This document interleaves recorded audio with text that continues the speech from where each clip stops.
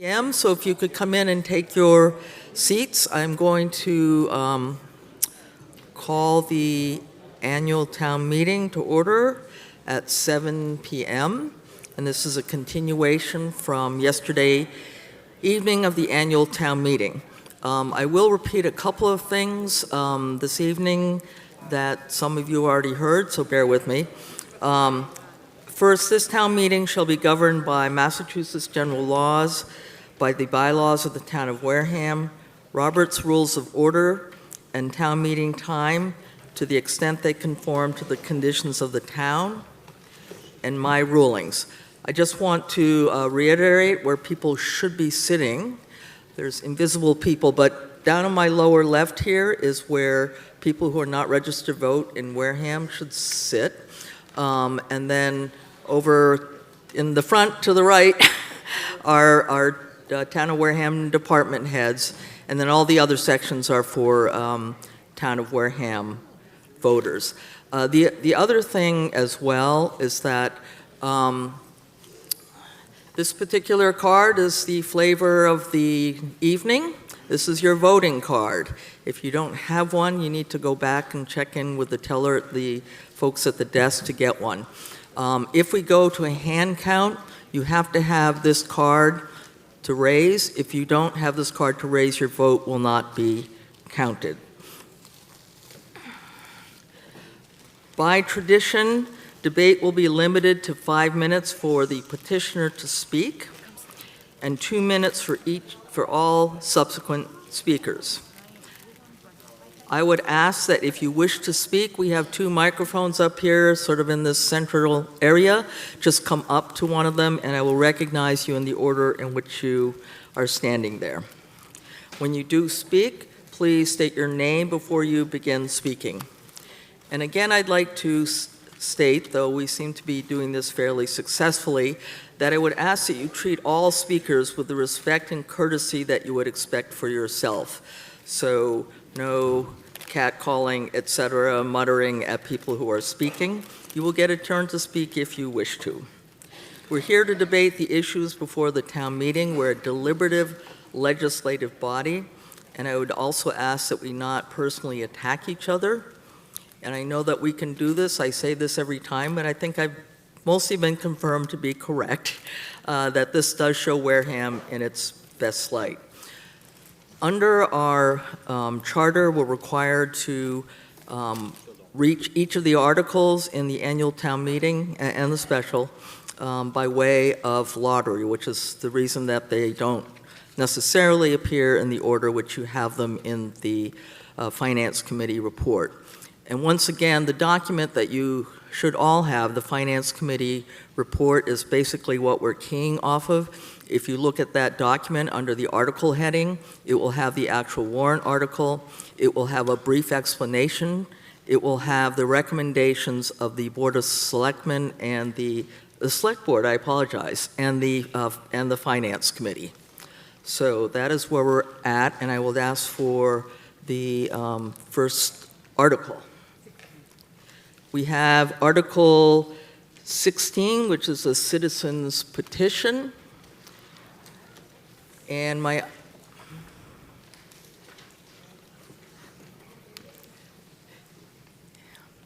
you the petitioner? I am. Okay, so if you could please state your name for the record, and then I'll ask you to make the motion under your article.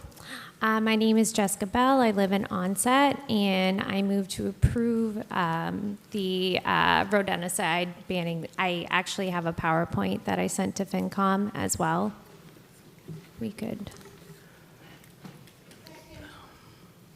So I just want to be clear on your motion. Is your motion to approve the article as stated in the warrant? Correct. Okay.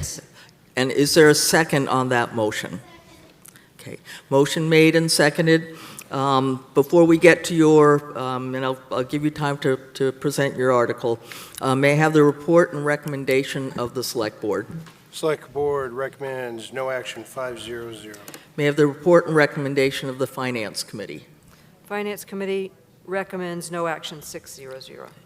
And I will state at the front and which I think you've been apprised of, that because of the wording of the article, that this will be considered, I'm ruling that it's a resolution. So just to be perfectly clear, it's a resolution. It does not direct, instruct, authorize anyone in the town to do anything or not do any particular thing. It is a sense of the meeting, and you certainly have a right to proceed, but I just want you to know that, at the front end. Thank you. So I'll stop talking, and you may talk. You have 5 minutes. And I'll be quick like a cat. I appreciate it. So I am here because I would like for our town to vote to phase out second-generation anticoagulant rodenticide, which is labeled SGAR application in Wareham on municipal and private properties. Second-generation anticoagulant, SGAR, I'm going to refer to that, is second because the first generation the rats became immune to. So secondary, it is more powerful, more potent, more deadly, but it does take longer for the rats to pass. Each station, if you look below the black box, it houses 10 blocks. One block should kill up to 10 rats per feeding, so roughly 1,200 a year. The rats can smell this block from a mile away. So if you have this block, if you did not have rats, you will soon because they will smell it. And what happens is it makes it so their blood is unable to clot, so they're unable to fight off disease, causing a weakened immune system. Also about the second generation, it does not have a stop action like the other poisons, so the rodents, after they eat it, they can't feel it in their digestive tract, so they're not like, ouch, that hurts my stomach. They essentially gorge to death. So what makes this very, very dangerous is they are eating until they die. And they start to, essentially crawl, so they're easy prey for the owls and the hawks. Next slide, please. So I personally was having animals pass in my yard. I contacted MDAR, which is Massachusetts of Agricultural Department. They took a deceased animal and tested them. And this was a small rat, they had 2,000 times the lethal amount to kill for a bird of prey to pass. So if an owl, hawk, skunk, anything ate this one rat, it would be their last meal. And this rat was very easy to catch. It took her like 3 days to pass. She was essentially crawling in the grass. If you could go to the next slide, please. As of right now, there are 2 bills in the State House. Both bills, the goal is for the SGARs to be phased out by January 2027. These are all of the towns. There have actually been 3 additional towns since I created the slide that have banned the use of SGARs in their town, and there are several that have had home rule petitions, meaning that on private property, the towns have passed to ban the use of SGARs. If you could, and then rat poison equals wildlife poison, you can go to the next slide. This is a coyote to the left that passed in my yard. This coyote eats 1,800 rats per year. Rodents are 75% of a coyote's diet. The Norwell fox to the right eats 2,920 mice a year and over 1,000 rats. So if one dies, it really is, it's a big deal. If you could go to the next slide, please. And all of these are local. They have passed. A feral cat passed in Beverly, December 2025. The middle hawk, I had a hawk outside yesterday, eats 1,500 a year. To the left, 4,000 a year. So if you have rats, an owl box is great. So if you could go to the next slide, please. And you can go to the next slide. The solutions are so important. Most ideal is the IPM approach, exclude the rodents. If you have rodents, it is a symptom of something. So finding out why you have rodents in general is important. Sealing up holes, making sure you don't have bird feed around, clean up your yard. Next is starving the rodents, and it's important because the bait box are attracting the rodents. So it's kind of, we want to make sure that they don't have a food source. targeting the rodents, snap traps, CO2, electric traps. They now have rat birth control, which is fabulous. And then last resort, vitamin D3 you can use. The North End up by Boston had a 36% decrease in rodents because they changed their trash bins, so rodents couldn't get into them. So you have 30 seconds Okay. left in your time? Next slide, please. Next slide. So again, municipalities lost the right in 1978 to vote to decide what pesticides can be used in their yard. I think us piggybacking off of the two bills in the State House would be great. I think it just strengthens it so we can hopefully get this banned by January 2027, and it just shows a lot if we come together and decide what can be used in our yard. This impacts all of us, so thank you. Thank you. Is there anything further to be said under the motion on Article 16? If you could, I think what I tell people is rather than applauding, booing, whatever your sentiment might be, you can show which way you feel about this by when we vote. Is anything further to be said on Article 16? Yes, Mr. Bessie. Good evening. I'll try to make this quick. So, first of all, thank you for taking the time to come to us tonight and raise your concern about rodenticides. I appreciate the time that you've taken to look into this. I just want to give another side to it to give full understanding to pros and cons. I have a little thing. So, the mice and rat population on the East Coast has spiked in the last 3 to 5 years.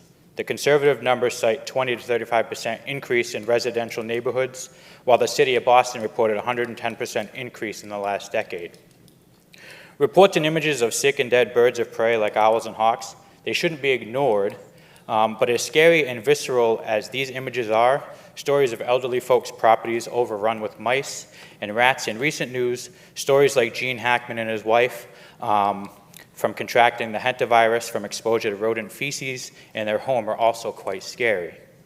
It's widely agreed by environmental specialists and critics of scar bait that the use of these baits inside of structures, which should be kept in locked stations placed discreetly in basements and crawl spaces, aren't really connected to the secondary exposure, which is the primary use of scar bait. The pest control industry is actually taking heed to this, and I've had conversations with multiple, and they've opted for using a milder first-generation bait in outdoor stations, which pose much less of a threat to wildlife. If any action is to be considered, the more reasonable conversation would be about how and when scars should be used outside. Because the complete banning of scar bait could have real and unforeseen consequences in the control of an already booming rodent population inside of homes and commercial buildings. A change in legislation isn't something that should be taken lightly, and frankly, it shouldn't be something that we, you and I, who are not credentialed to understand this, should make the decisions, and we should leave them to the environmental specialists and the environmental protection agencies who do all of the research on these baits when they are produced and manufactured and they go through the process of being approved. The biggest problem is label, in this instance, label is law. So when the EPA approves these baits to be used, they put how they're supposed to be used. Now, if we don't use them how they're supposed to be used, we're in violation of law. So I understand the concerns, but there are concerns on both sides of the fence. We have animals and wildlife as some of the pictures that we've seen, but we also have the elderly populations that Mr. Bess, you have 30 seconds. are more susceptible to diseases, and I think banning completely and not being able to use these in any circumstance could be a detrimental factor to, not only, the animals and wildlife, but to also human life. So I just ask you to consider that, and if we ban this completely, or if we ask for it to be banned completely. Time, so if you could just wrap up. Thank And you. if we ask for it to be banned completely, we have to make sure that we understand what the unintended consequences could be overall and not just in our wildlife. Thank you. So I'm going to recognize, you've already spoken for your 5 minutes, there are other citizens standing. I'm going to recognize the gentleman behind you. Thomas Bickey, Precinct 1. I think everybody here probably is in agreement that nobody wants to see non-target species like coyotes and raccoons and other animals poisoned by these second-generation anticoagulants. However, recognize that pesticides and rodenticides in particular are regulated at the federal level by the US EPA and at the state level by the Department of Agriculture. Department of Health has absolutely no jurisdiction when it comes to pesticide regulation. And so we're imposing on our health department requirements that they have no jurisdiction over. And I'm sure probably the Attorney General and the Department of Agriculture would take exception to that. The article as written fails to take into account the agricultural exemption for rodenticide use by licensed certified pesticide applicators who also happen to be farmers. Currently, the state is working on 2 bills specifically related to rodenticides. So our attempt here, as nice as it is it really invalid until we see what the state comes up with. There's language in the article that says the health department will be able to make... You have 30 seconds, Mr. Bickey? Thank you. Be able to make a determination whether it can be used. And the problem is if I go to my favorite restaurant in town, I don't want to know that they had to wait till they had rats and mice in the infestation before they could use a rodenticide to kill those pests. And finally, with respect to the food source, I have 68 oak trees in my yard, and they produce your time is up, so you want to wrap up. I will. Thank Tens you. of thousands of acorns. So they're not coming to my shed, my house, or my riding mower because I'm lackadaisical about sanitation with food that they might be interested in. There's a plethora of acorns for them to eat, and there's nothing that I can do to prevent that other than to trap them or use, rodenticides that are not second-generation anticoagulants. Thank you. Gentleman to my left. Joseph Still, Precinct 6. I am here for tonight to pretty much say the wildlife we have in Wareham is what makes Wareham so great. To ban this rodenticide, to keep animals living longer and better in a healthier lifestyle.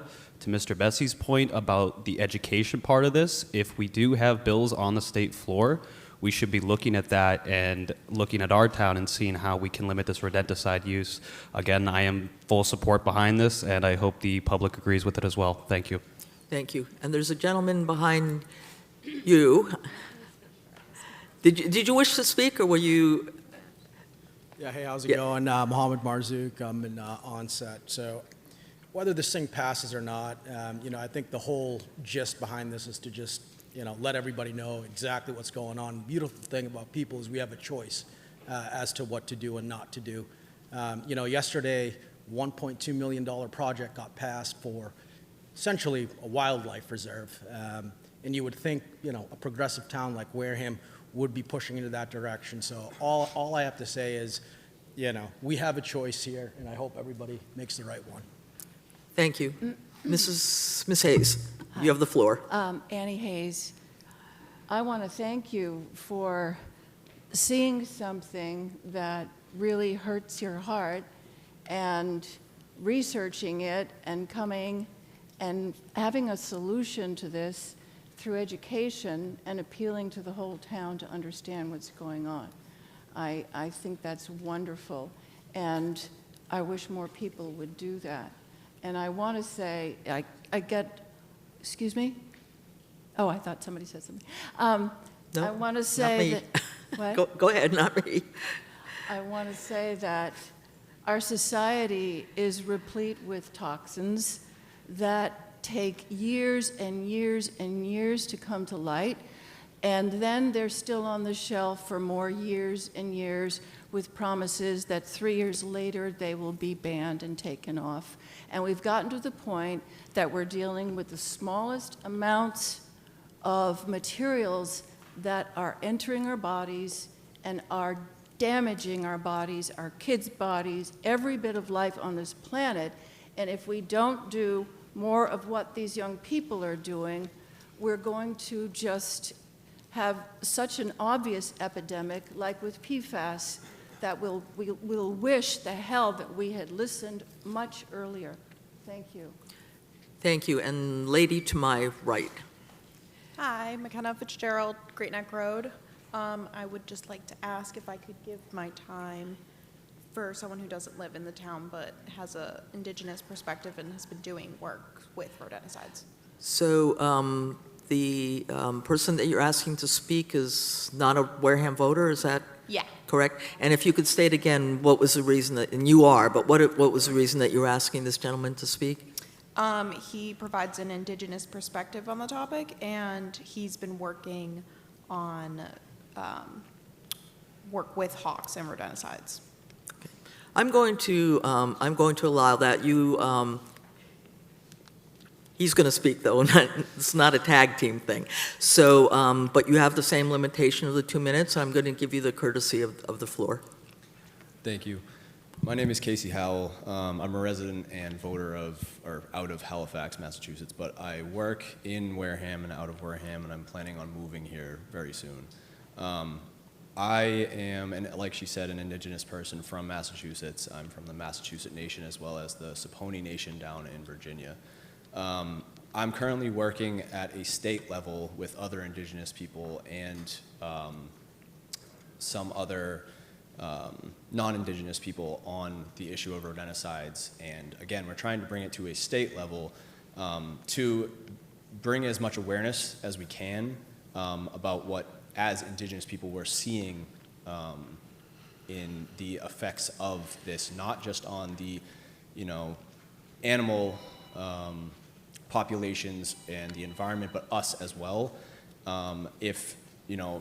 Some of you may not know, but, indigenous people from all around the Northeast, especially the Northeast, we value these, the lives of every single living thing on this planet, but in general, red-tailed hawks are one thing that has been severely affected by this, as well as owls and other winged birds of prey.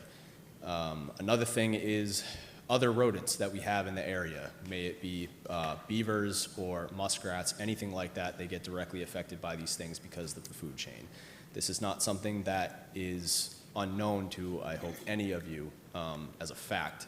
And we get directly affected by this as indigenous people because we are handling these animals on a regular basis usually, whether they're deceased. So you have 30 seconds, sir? So basically, I'm here to spread awareness mainly to the public of trying to pass an article like this is a very good step in the way that we should go with this. Not just for indigenous people, but for everyone involved. Everyone who lives in Wareham, everyone who lives in Massachusetts, the Northeast in general. If any of you have questions, I'm willing to talk to you about it. Again, we're trying to take this up to state level as well as local levels. So I appreciate everyone who is here in support of this and is really doing the work. Your time is up, sir. Thank you for letting me speak. Thank you. And Mrs. Piccarelli, please.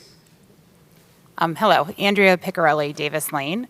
I applaud you, Ms. Bell, for bringing this forth. And although I agree with the concept of this, I do just want to share why I can't support it at this point.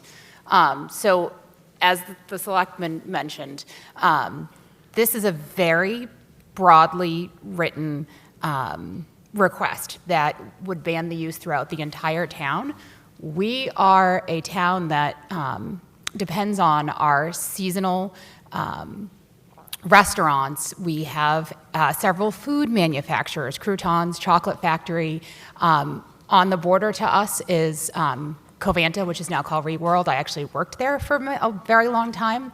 And if we just were to put in place and suspend the use of these, we aren't taking into consideration what the impact would be to these commercial businesses and how it could impact our town, the livelihood, the tax revenue, their ability to control these rodent populations that would impact how those businesses operate. And so although I applaud the effort, I don't think it's in the correct form for it to be presented to the town to consider it a pass. I would support its ban outside. I would support its ban by residential properties, but I think to put in place something where we're not then allowing commercial businesses and professionals who apply it appropriately to use it, we're actually creating a much bigger situation with unintended consequences where, as much as it is sad for how it affects the bird population, and I also worked for a company that did avian toxicology and ecotoxicology, so I completely understand those ramifications. You have 30 seconds? But in its current form, I think there would be significant unintended consequences that as a town we have to consider what's an appropriate, more narrowed language that we could adopt, and that would be practical to both the town as well as our commercial companies. Thank you. So, Mrs. Ekstrom. Thank you, Madam Moderator. I'd like to know why your determination was that this was just a resolution. What was your thought behind that? So actually, I have conferred with town council on that. That's item number one. And the other issue is it's not, sorry to use the legalese, it's not self-effectuating. It's more stated like a broad sort of policy. It's not saying we want to change this bylaw or that bylaw or whatever. And the other thing is that it's in an area, hopefully town council agrees with me on this, it's in an area that actually is in a fairly heavily regulated area at the state and federal levels. So that was my ruling, that it should be a resolution, a sense of the meeting. But as a resolution, would it, at that point, then it would not go up to the Attorney General, correct? That's correct. So all right, so, I'm sorry, I just want to know, so if you determine that, then it's really just a vote of us. And what I want to know is, I'm looking at it, and I do agree that there are flaws in it. And, but if you allowed it to go up, I think that the Attorney General's office would reject it on the language anyway. So why wouldn't you just let it go up and get rejected? But it would show, I mean, if it passes. You have 30 seconds. Go ahead, you have 30 seconds. Well, okay. But I'm just saying, I wish you would not put it as a resolution, so it could go up, get rejected, but it would show, like those other towns, it would show a will of the people, and that it would get up to the state level to show another town is in favor of this, and not just show up in a local paper to get buried. So your time is up, and my ruling stands that it's a resolution. Ms. Coggins, I believe you're the next one standing. Thank you. Because it is a resolution, and I agree with your assessment for what that's worth, a vote in favor of this is not going to change anything. It's not going to put a requirement on anybody. It will be a reflection, it would be a reflection that a majority of the people here, at least, believe this is an important issue. And I want to thank Ms. Bell for, this was not on my radar at all. I do think it's a very important issue. I agree that we have commercial concerns that have to be taken into account, and we are preempted by federal and state law from actually creating any rules that anyone has to follow. However, if we vote in favor of this, we're saying as a town, we're concerned about this issue. Perhaps we have a public information campaign put on by private people, not by the town itself. But it's a chance to start to get people making good decisions on their own about issues like this. And maybe we urge the town administrator to consider whether it would be appropriate to ban these rodenticides on town property. And for that reason, I will vote in favor of this because I think it's good policy. Thank you. And gentleman to my right.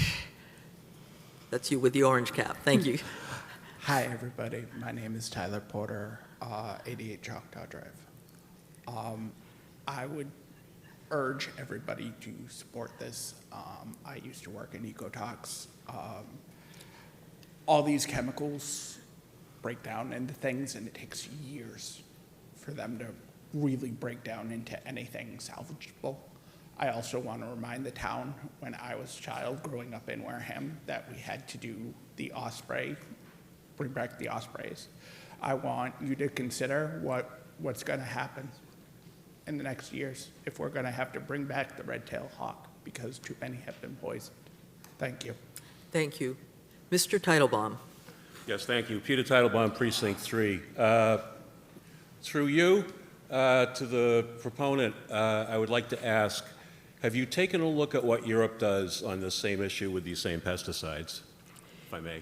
If you wish to address that, but just to answer the question, do not take this as an opportunity to continue on. He asked you a specific question, something related to So your to Europe. question is, what does Europe do for Yes. pesticides? Yeah. What is the status of the class of pesticides that you're seeking to limit the use of? What is their status in Europe, and how are they regulated there? Do you know? If I you have know. no idea. I have no idea how Okay. they're Thank regulated you. in Europe. Did you have something further you wish to say? I did, and the reason I was trying to ask that was I've been an environmental attorney for 25 years. I've done analysis for Merrill Lynch on environmental issues, chemicals, pesticides. I've done the same for Morgan Stanley. I've done it for several fairly large hedge funds. And what I have learned over the course of doing that is that, as a previous speaker mentioned, that, well, these are all cleared by the US EPA. The US EPA is well behind Europe when it comes to the appropriate regulation of these chemicals. And so to say that something, well, it's EPA approved, so it must be okay, I think really misses the boat. Europe tends to find and ban dangerous chemicals anywhere from 5 to 10 years ahead of when the US does it. A lot of the EPA's involvement in writing regulations is basically accepting industry recommendations when they go ahead and do these things. So I don't think we can just rely upon the EPA to protect us. And so I'm going to support this as an attorney. I also understand that there's some flaws with it. For example, we can't tell the Board of Health what to do. They have independent authority under the state. You can't necessarily tell the town what to do as far as chemicals go. But I do support the notion of doing this. And what I would suggest is, if this passes as a resolution, that the Board of Selectmen might take heed and send a letter in support of that up to the state legislators who are trying to get these through. Thank you. Thank you. Mr. Smith, are you wishing to speak, or are you just? I'm sorry. Are you? I'm sorry. My name is Mr. Brown. I'm sorry, Mr. Brown. Are you wishing to speak? She stood before me, so I see the floor to her. Oh, okay. All right. Hi, my name is Donna Gerard. I live at Bridgeview Lane in Onset. Does anyone, a lot of people here are too young, but do you remember DDT? This is on the idea of DDT. It's doing what DDT did to all our birds and stuff in nature. I mean, it's a good idea. I think it should pass. I think, and as they've said, it should go to legislature, not as a resolution. You know, let's make the world aware that we don't want poison in our atmosphere down here. That's all I have to say. Thank you. Thank you. And I apologize, Mr. Brown, for getting your name incorrect. Please state your name. I'm Scott Brown. I'm not that fancy, handsome guy. I'm Scott Brown from Wareham, but whatever. That's okay. We like you better. Yeah. I do have some issues with this warrant article, and I'm against this warrant article, but let me explain some of the issues that I have with it. It states that we have to provide public education about integral pest management. That would cost the town money. You cannot educate the town without spending money. So I don't like the cost of this proposal. In addition to this, it provides for penalties for compliance, and I do not understand what that means. On the back, and I apologize, I'd be better prepared, but you all do a randoms. 16 was at the end of but anyways, it's at the early thing. And I have a problem with the word surrounding. This is odd, but this is more legal, the word surrounding. So the town has to notify surrounding, and surrounding is the abutters, or the adjacent, or is surrounding in area around? You have 30 seconds left. Okay, so within the end, this warrant article is going to put burden on the town, and if it's an appropriate warrant article, it should come through our Board of Health. So I think this is an inappropriate article, and I ask the town to vote it down. Right. Gentleman to, yeah, he stopped speaking. He just stepped back. Gentleman to my right. Hi, Jared Frederickson, Precinct 5. So I just want to be clear about what we're talking about here, because as we've discussed earlier, it's a resolution, so it's non-binding. So whatever happens here, all this really is a way of us, as the people of Wareham, to say, look, we think this is an issue, and we think it's something that needs to be talked about. In practice, it's not going to cost anything. It's not going to actually lead to direct change in and of itself. But in the long term, I think it sends an important message. And I was lucky enough to be at the Finance Committee meeting when the original presenter here gave the full presentation, which I was glad to have been, excuse me, which I was glad to have been able to see, because it really shows you the kind of the effects that these things can have on wildlife, but also on pets too. You know, there was a cat that was showing up there that died after consuming one of the rats that had eaten this. Cats tend to eat rats. I'm a cat owner myself. I don't love the idea of rats that have eaten anticoagulants that can then be eaten by a cat who would then experience the effects of that, which could contribute to a pretty slow and unpleasant end for a pet. So look, I think at the end of the day, it's not some kind of huge deal we're talking about. We're also talking about one particular type of rodenticide, not every rodenticide out there. We're talking about one. And I know that the original presenter here worked with, or at least spoke to a lot of people who actually did pest control professionally when working on this. And so it is with that in mind, I think it's at least worth saying yes to this, just to say, yes, we believe this is a serious issue. It's something worth looking at. And telling the folks at the state legislature who are working on this. You have 30 seconds left? I only got about 5 seconds more, don't worry. And at least telling the folks of the state legislature that we, as people of Wareham at least, believe that this is an issue and that it's worth talking about. Thank you. Thank you. You have the floor, Ms. Quirk. Thank you. I think many great points have been made tonight. But I would first of all like to thank Ms. Bell for bringing this forward. You've opened a door on an issue that at least I was unaware of. And I think it needs more development. I think that some good points have been raised about what we don't know and what we should be concerned about. And by opening this door, we can have that opportunity.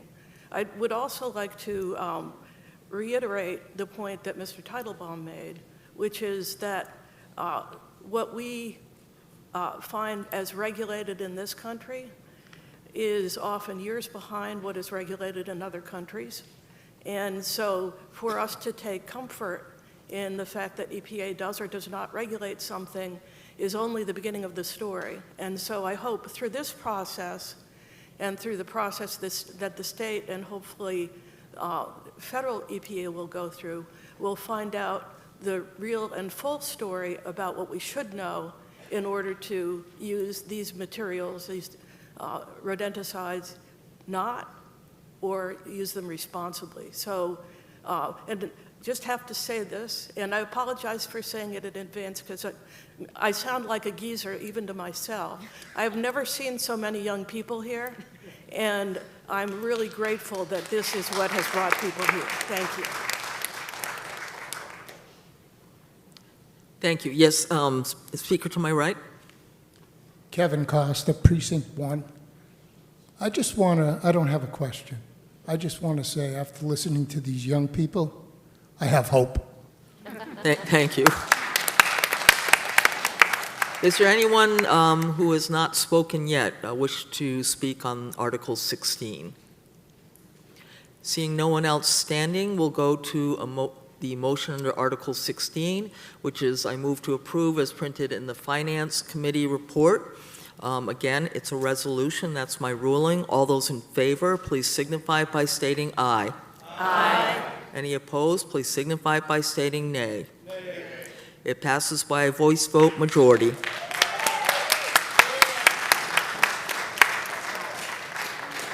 Article 5.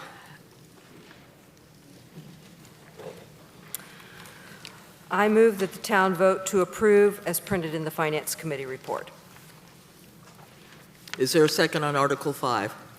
Second. Motion made and seconded on Article 5 to accept the occasional reports. May I have the report and recommendation of the Select Board? Select Board recommends favorable action 500. May I have the report and recommendation of the Finance Committee? Finance Committee recommends favorable action 500.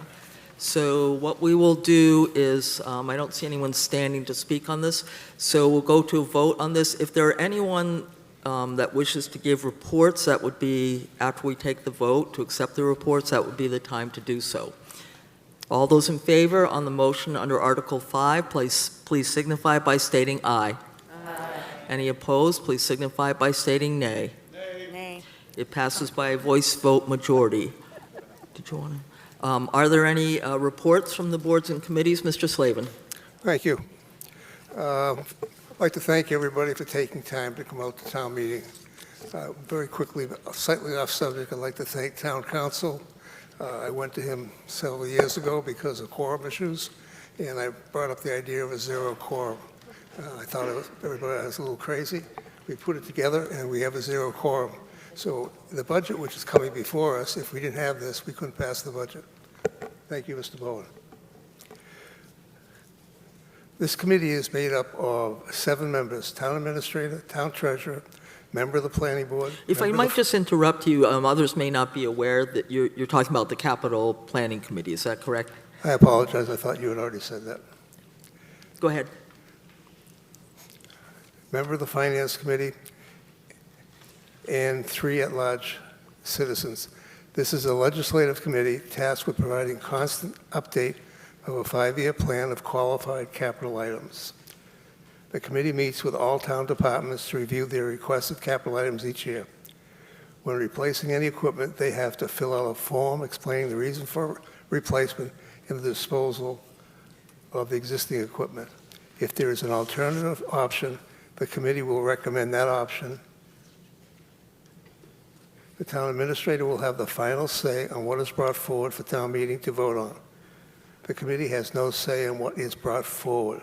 The town administrator will inform the committee of what the funding source is, whether it's free cash, budget line item, grant, borrowed, debt exclusion, or enterprise fund.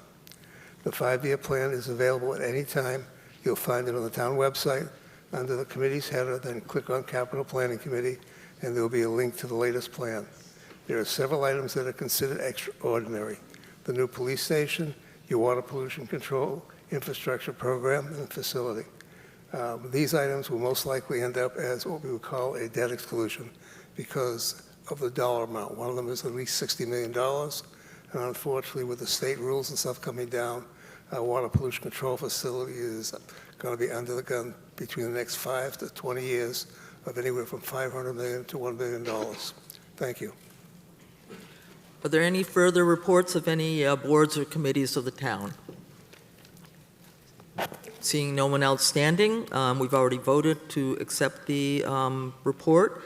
We'll go to the next article, which is Article 14. That's me. Is there a motion under Article 14? Article 14, Capital Planning Definitions Bylaw Amendment. I move that the town vote to approve as printed in the Finance Committee report. Is there a second on the motion? Motion made and seconded on Article 14. May I have the report and recommendation of the Select Board? Select Board recommends favorable action 500. May I have the report and recommendation of the Finance Committee? 600. And on the moving party, is there anything further that you wish to state? Is there anyone that wishes to be heard on the motion under Article 14? Seeing no one standing, we will go to a vote. All those in favor on the motion under Article 14, please signify by stating aye. Any opposed, please signify by stating nay. It passes by a majority voice vote. Article 8. Okay. Article 8, Emergency Medical Services Budget.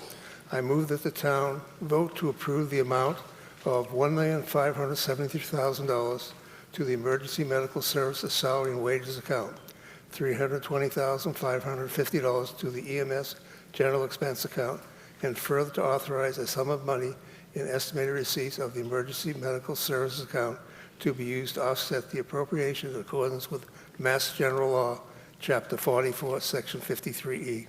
Second. Motion made and seconded on the motion under Article 8. I just want to make sure that I heard this correctly. On that first amount, that's $1,573,380. Was that your motion? That is I didn't hear correct. the 380. Okay, I'm sorry. Motion made and seconded on Article 8. May I have the report and recommendation of the Select Board? Select Board recommends favorable action, 300. May I have the report and recommendation of the Finance Committee? 600. Is there anything further to be said on the motion under Article 8? Thank you, Madam Moderator. This is our EMS department is the ambulance. We run it, it's what's called a third service, so it's not run through the police or fire, but through the town itself. It is what's called an offset receipt. In other words, it is funded by what it receives for revenue. We run 2 ambulances per shift in this town, and we used to, when I first started, we were 1, so I think 2 was greatly needed. And I appreciate your consideration in this man. Is there anything further to be said on the motion under Article 8? I do not see anyone else standing, so we will go to a vote. All those in favor on the motion under Article 8, please signify by stating aye. Any opposed, please signify by stating nay. Nay. It passes by a voice vote majority. 7. Article 7. Article 7, fiscal year 2026 budget. I move that the town vote to raise and appropriate from levy, state, and local receipts the sum of $72,665,656 and transfer $950,000 from the Water Pollution Control Enterprise Fund, $125,200 from the FY26 Community Preservation Act estimated revenues, $141,000 from the Harbor Service permit fees, and $25,000 from Wetlands Protection to fund the FY26 budget as presented in the Finance Committee report. I'll second that. A motion made and seconded under Article 7. She wrote, it's, yeah. Okay, yep. Yeah, I think we're good. Did you?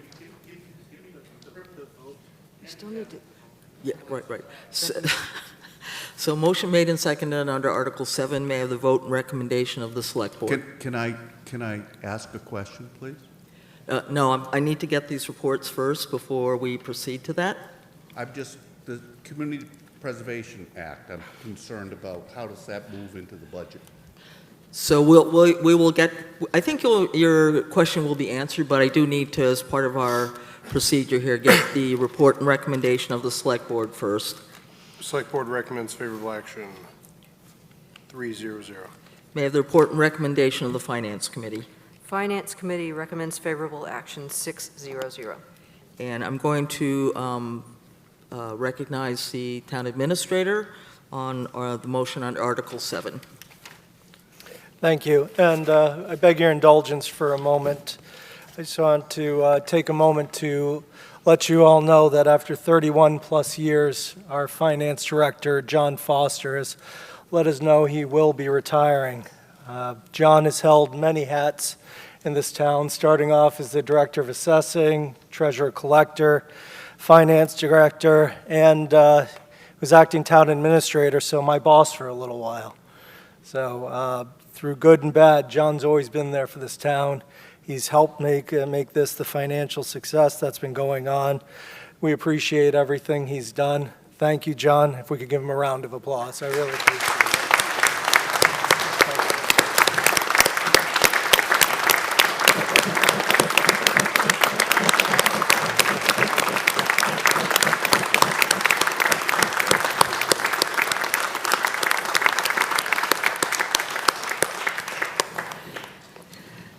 He's usually the one embarrassing us, so this was my last opportunity. Thank you. So we have the Finance Committee handout, and I think to help the gentleman to answer this question, what I'm going to ask is return to the budget. It's in the very back of it. And that's in the Finance Committee report, excuse me.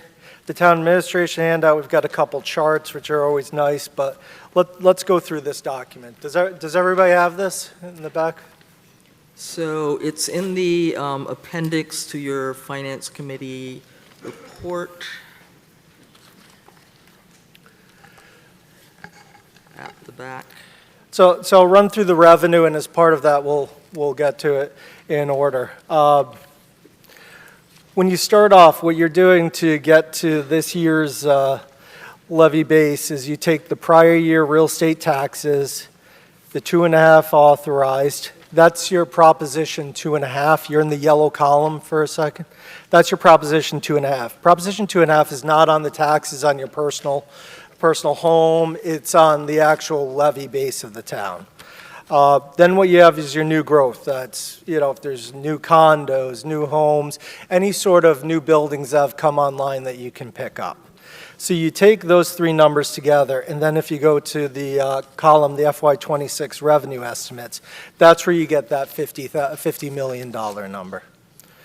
So what you do is you then add the 2.5 for this year, right? So that's the 1.269 million, which is just under 40,000 more than the previous year. So,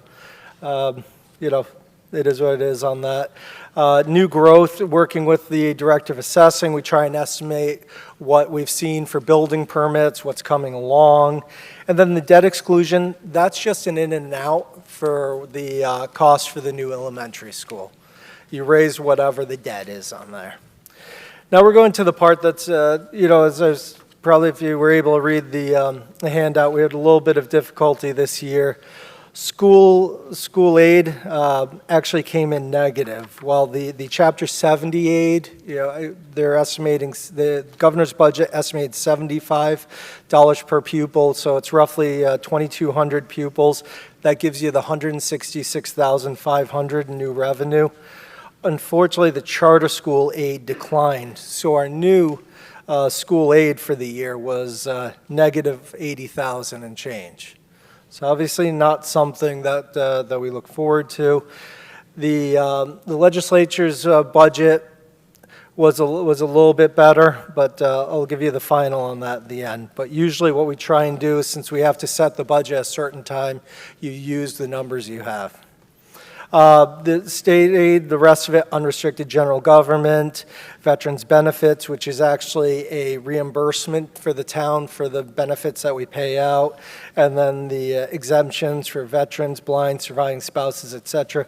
That went up almost $229,000 under the governor's budget. So all told, our new state aid, not net, but state aid was about just under $150,000. So that's not a number that helps out too much, obviously. The good thing is we've been doing well in the local receipts, and we're always conservative in when budgeting those. We never budget more than 90% of the prior full year's collections. So if you have a down year, you're doing okay. You're not having to make cuts mid-year.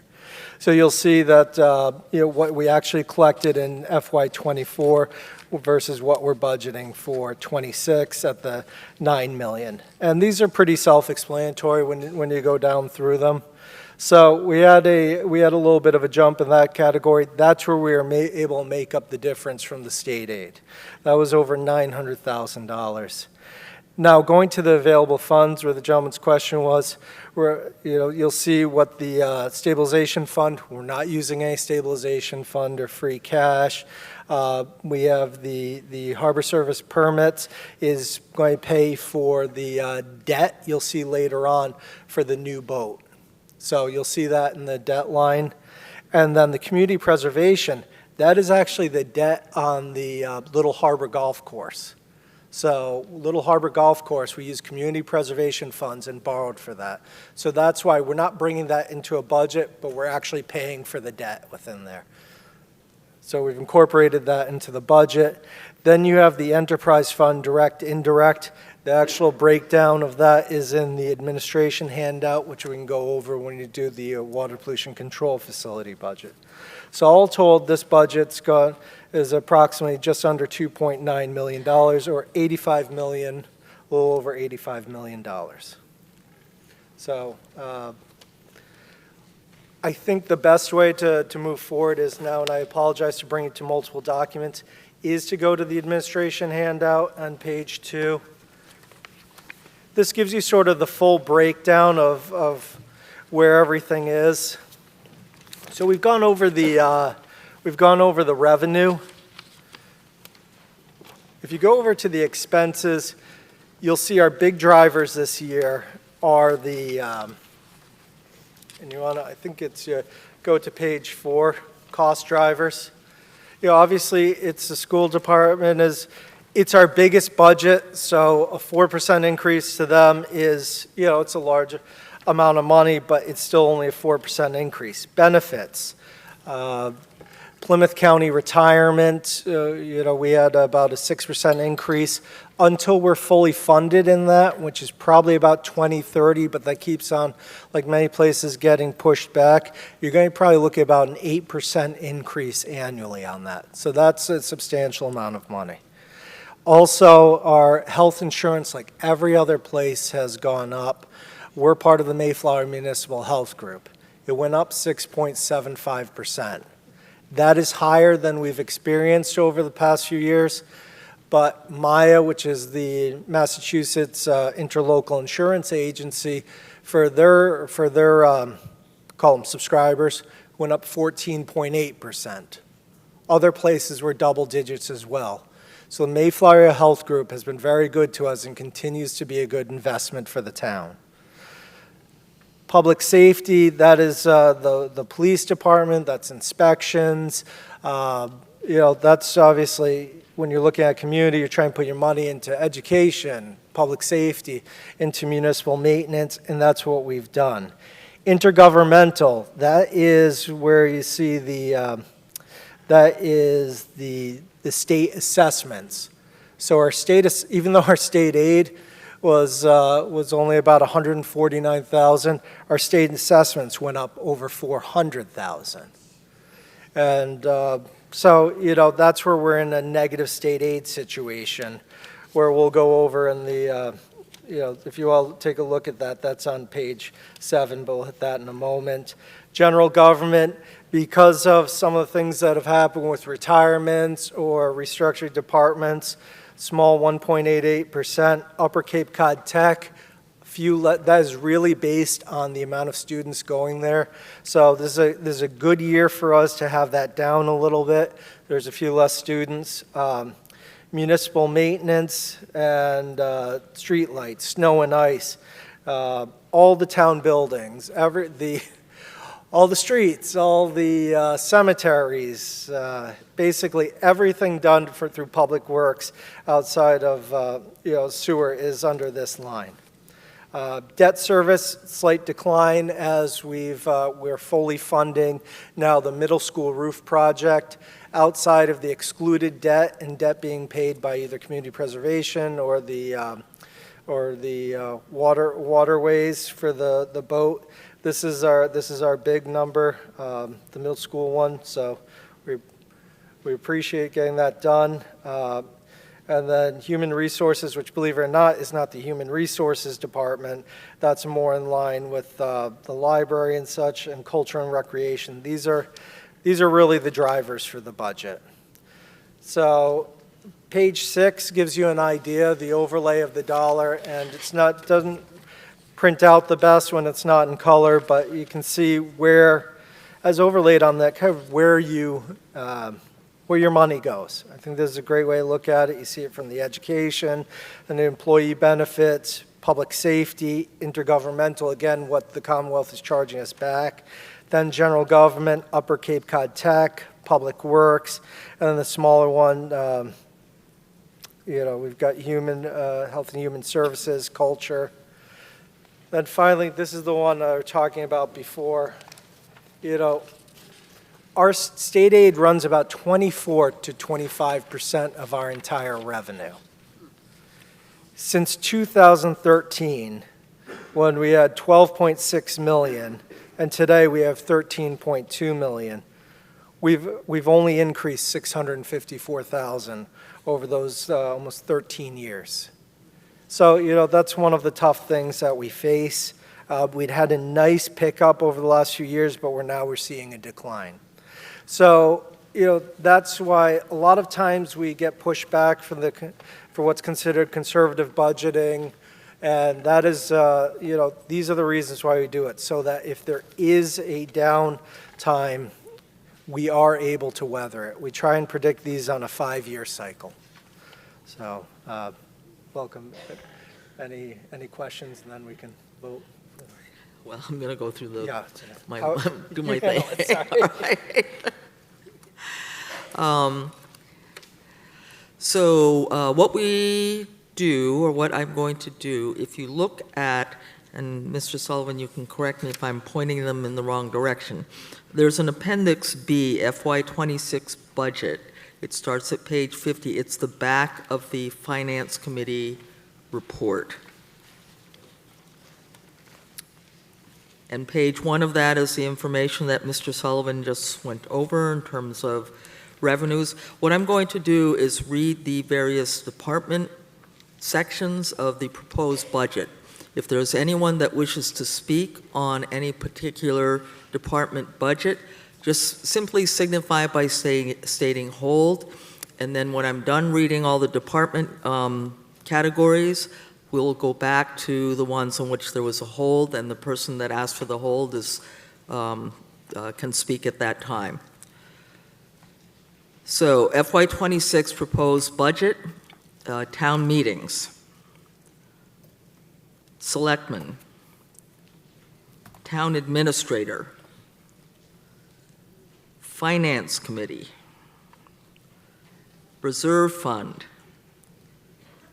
town accountant, audit, assessors, treasurer, general services, legal services, personnel services, information management technology, town clerk, elections and registrations.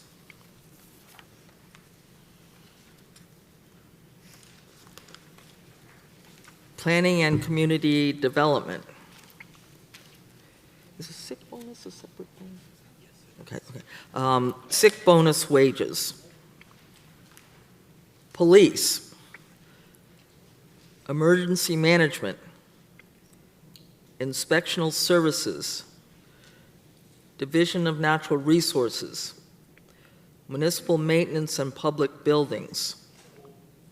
A hold on municipal maintenance on public buildings, snow and ice, street lights, Board of Health, Council on Aging, Commission on Disabilities, Veterans Council, Library, Historic District Commission, Historical Committee, Education Local Schools, fixed costs, other costs, employee benefits, and then the others are offsets against this.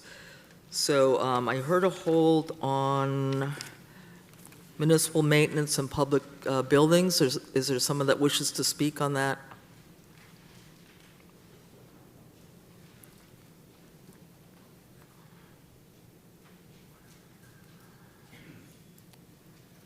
Good evening. I'm Neil Sullivan from Onset. I just have a couple of questions on municipal maintenance, and maybe some of the folks in the finance side can help me also. I think municipal maintenance does a wonderful job. I question a $3 million roughly budget number for the amount of work that they have to do.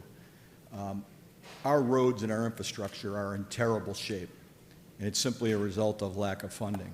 We're all throwing cold patch into a lot of roads around town, but it's getting worse and worse. So the two questions are, to the selectmen, are we going to put a process together to have a commitment to fix the roads and some of the general infrastructure, sidewalks and the like? I know we've gotten funding from the state to do work on the parks and Onset and around Wareham, but just general maintenance of our existing roads. And then a specific question is, and I saw it in here earlier, but I'm sorry I can't see it. I believe that we have an excise tax where we collect $3.7 million from excise taxes for vehicles in the town. We have a $3 million municipal maintenance budget. It would seem to me that that revenue source should be going towards supporting the roadways which the automobiles are using. So I'd like to understand how that process works in all of your minds and reiterate that municipal maintenance is doing a great job, but that budget number seems very, very low, and I'd like to see a capital plan to address the roads in town. Thank you. If there's anyone up here that wishes to answer either of those two points?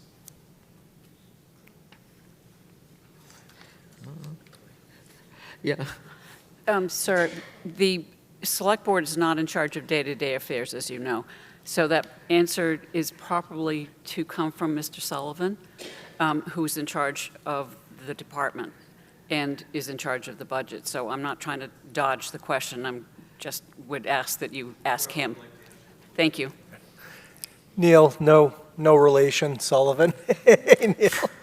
Yeah, so one of the good things that has come out is from the governor's office is they've moved the transportation bond, which is allowing for Chapter 90 funds in the amount of $300 million rather than $200 million, which had been the same since I think it was 20 years. I could be hyperbole.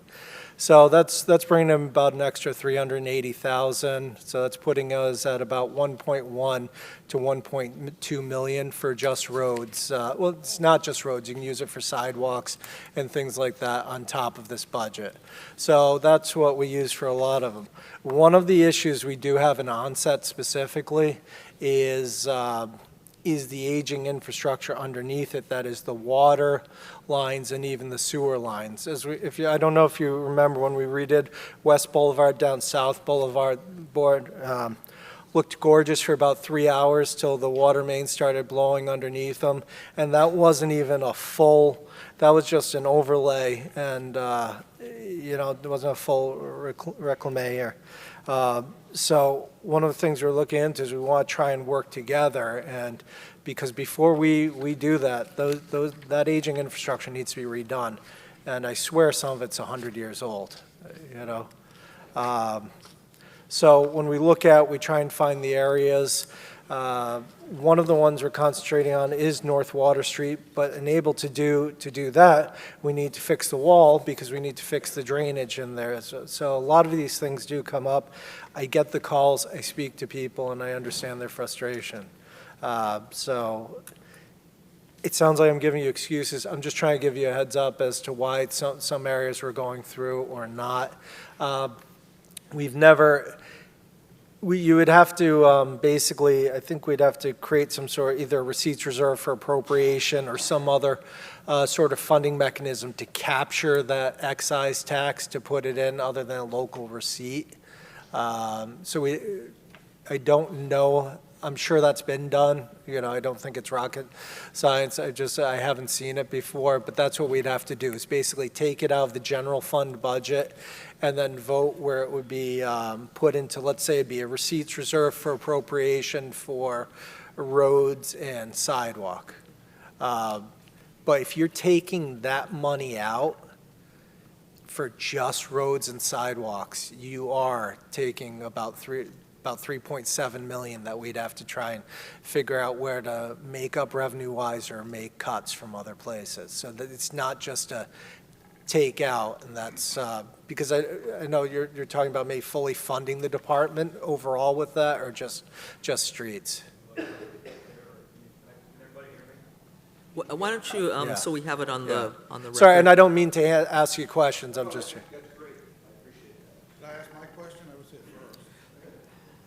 first. No. So it's not up to you folks to decide who's going to speak or not speak. I will recognize you when we get outside the discussion on the municipal maintenance. Go ahead, sir. Thank you. Thank you. I appreciate that heads up, and I understand the challenges you have.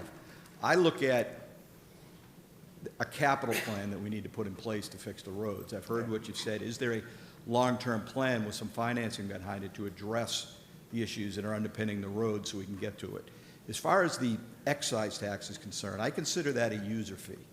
I may be in the minority here, but much like I'm paying a trash fee, I'm paying a harbor services fee, and to have that go directly into the general fund as opposed to specifically for road-related or automobile-related activity, I think is something that we should consider. That would more than double the budget for municipal maintenance. I recognize that you are taking that $3.7 million and using for other departments, but I feel that it is a user fee that should be specifically directed towards a specific set of services in town, as opposed to the real estate tax.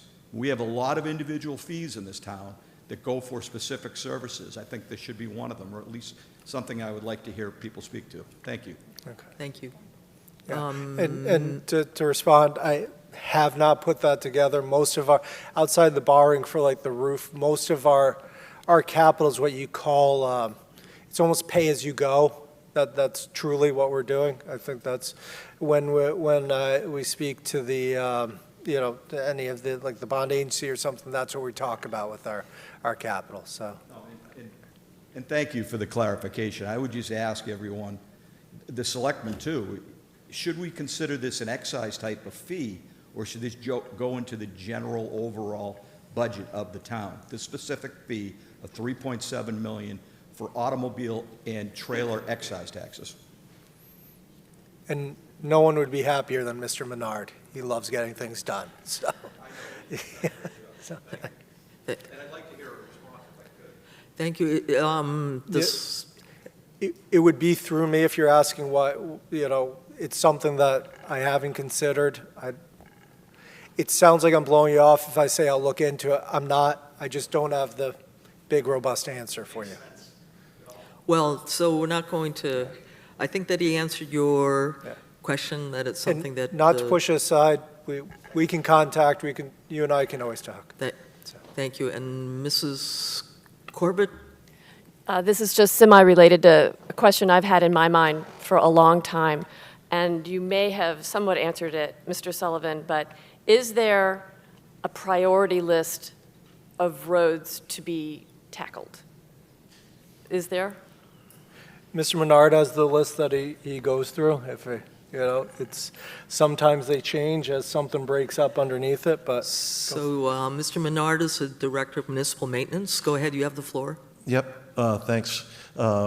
Basically, we have, our main arteries and our secondary roads that we concentrate, but with the funding that the Chapter 90 has been providing over the last 20, 25 years, has just been concentrating mostly on main arteries or some secondaries that, have drainage issues that we're trying to tackle and that the utilities have been taking care of. That's when we start looking at. But prioritize is main artery roads for the funds. Thank you. Gentleman to my left. Gerard Cardillo, The question I have, the town administrator is, has there been any question about eliminating real estate taxes for people over 70 years old? So if you're able to, if anyone is able to answer that question, I'm not laughing. We just did at the last town meeting, did extra exemptions, and I'm trying to remember them, and I apologize. Jackie, do you know which exemptions we've done? Jackie's the director of assessing. I should probably say Miss Nichols, but we're kind of informal here, so. At the October town meeting, we took some action on both the HERO Act, adopting one of the provisions which will help our veterans, and in concert with that, we did some increases to the assets and income limits and the amount of exemption that we could give for the seniors, which is over 70. Those do have very restrictive income and asset limitations. However, we are bound by what the state says we can do with a local option. We've started with what we did last October, and we hope that as we see how it works, we can continue. Thank you. Is there anything further that you wish to say? Yes, I see senior citizens going at night to a gas station with a yellow container, getting 2 gallons of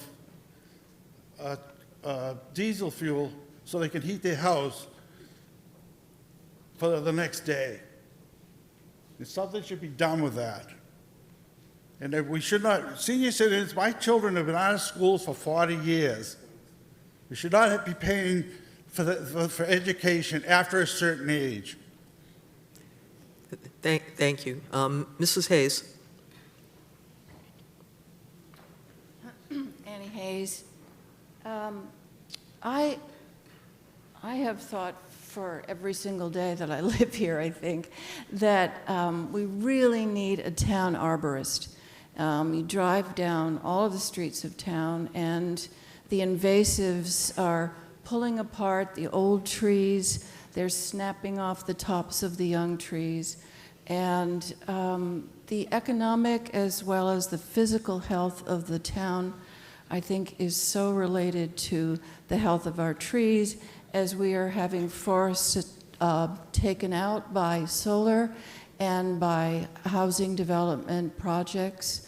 I really think this needs to be addressed, and I can't imagine that that's a huge budget item, maybe $80,000, I'm not sure, but we need education, we need replanting, and we need the vines being cut from the trees that can sustain themselves afterwards. I do have a couple of questions.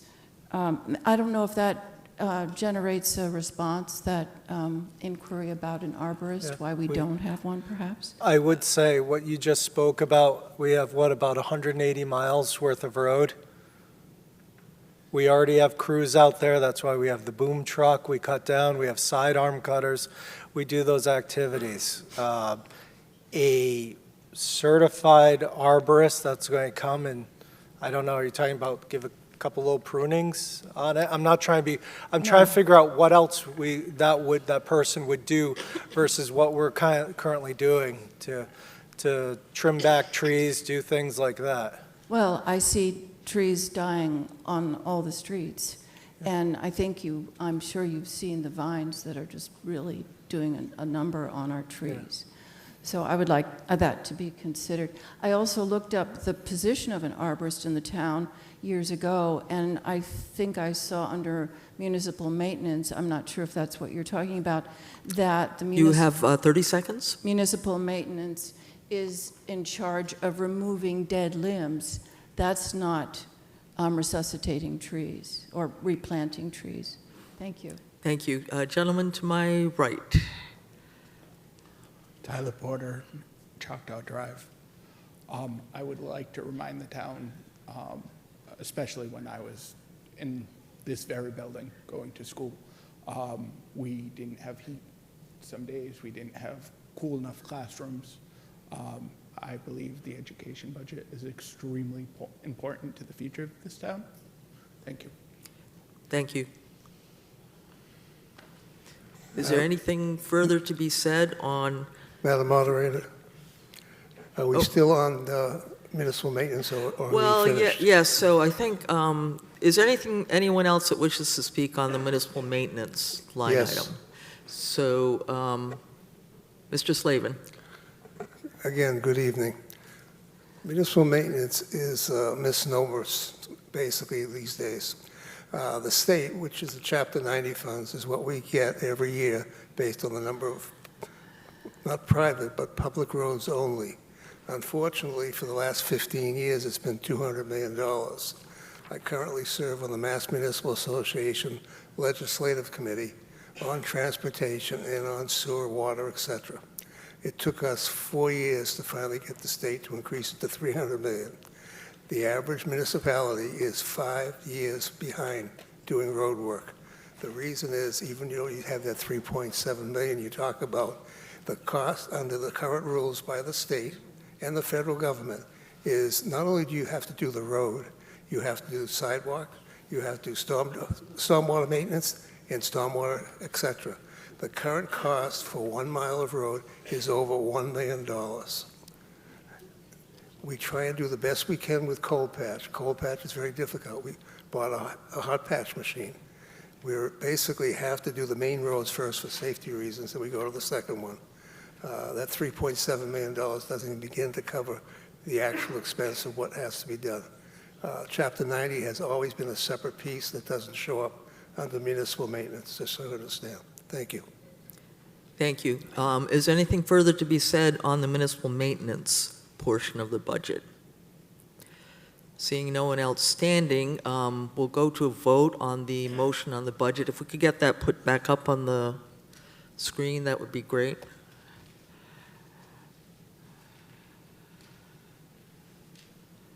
So we're going to go to, we've already had a motion made and seconded on Article 7, the FY 2026 budget. Is there anything further to be said on this motion? Seeing no one else standing, we'll go to a vote on the motion under Article 7, the FY 2026 budget. All those in favor of the motion, please signify by stating aye. Aye. Any opposed, please signify by stating nay. Nay. It passes by a voice vote majority.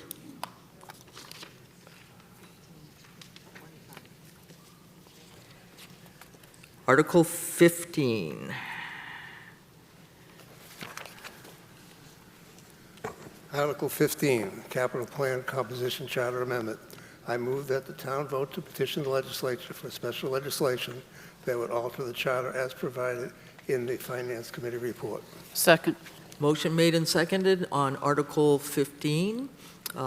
Is there anyone that wishes to speak to the article?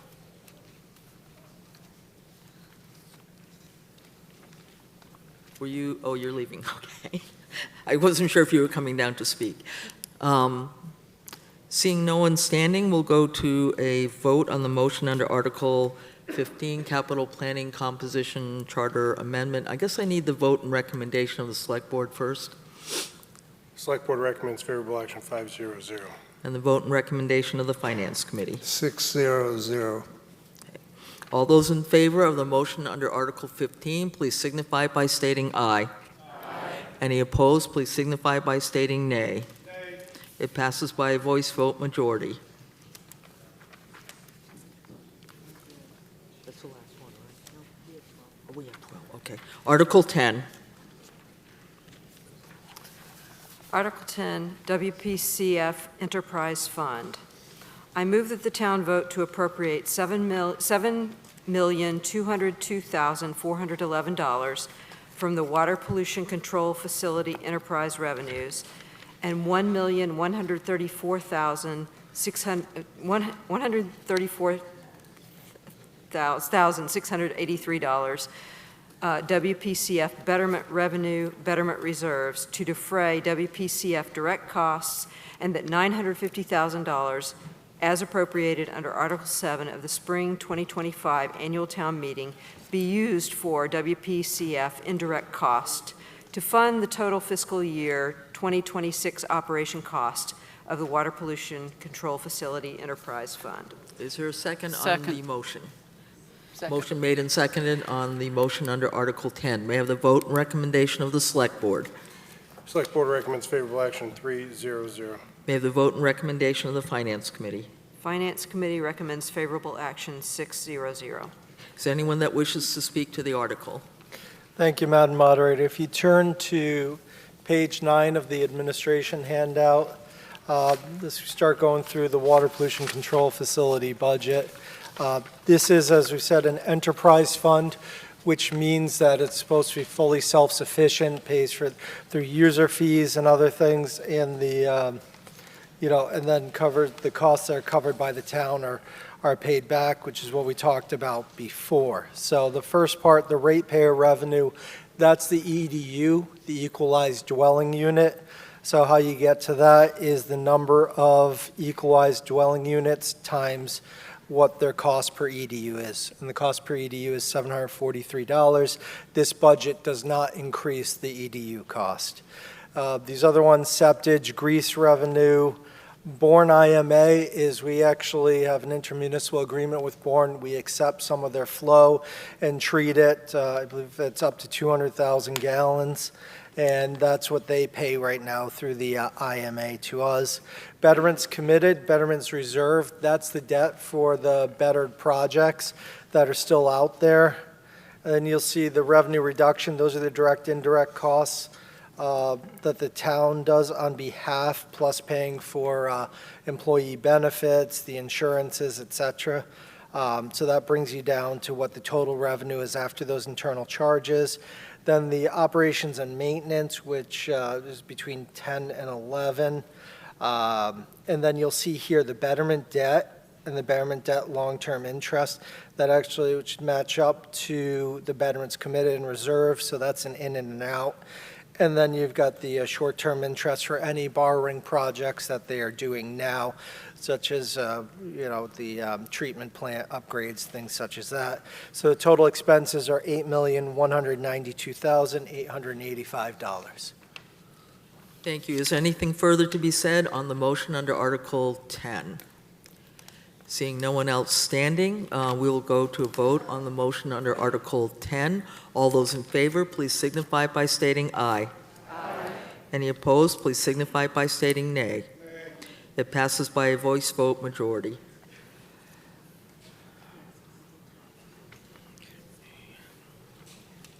Article 12, which is our last article. Is there a motion on Article 12?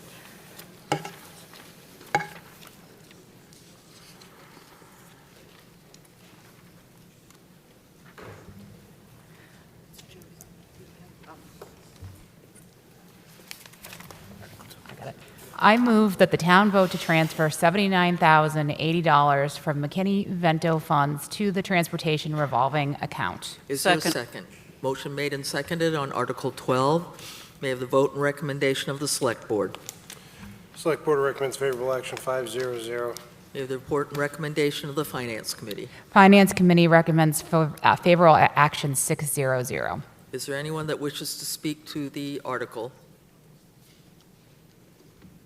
Mrs. Ekstrom. Thank you, Madam Moderator. I pulled this out of the consent agenda because I wanted to ask, the McKinney-Vento money is the money that we receive when we have to transport students who are displaced back to their schools in other towns, correct?